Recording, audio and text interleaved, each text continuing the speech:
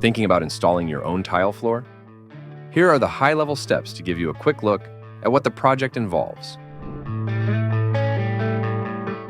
Start by removing the old flooring, checking the subfloor, and leveling out any low or high spots to make sure the surface is ready for tile. The next thing you'll do is spread a layer of thin set on the floor and put a tile membrane on top.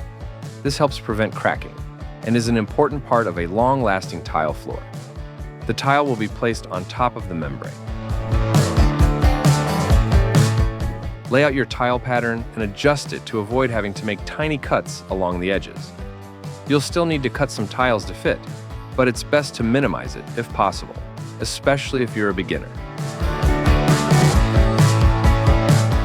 Start in the center of the room and add a layer of thin set on top of the tile membrane and start laying the tiles. Add spacers between each tile to keep things level and even. After everything is set, the tile needs time to cure before you grout. Spread grout into the joints and wipe off the excess with a damp sponge.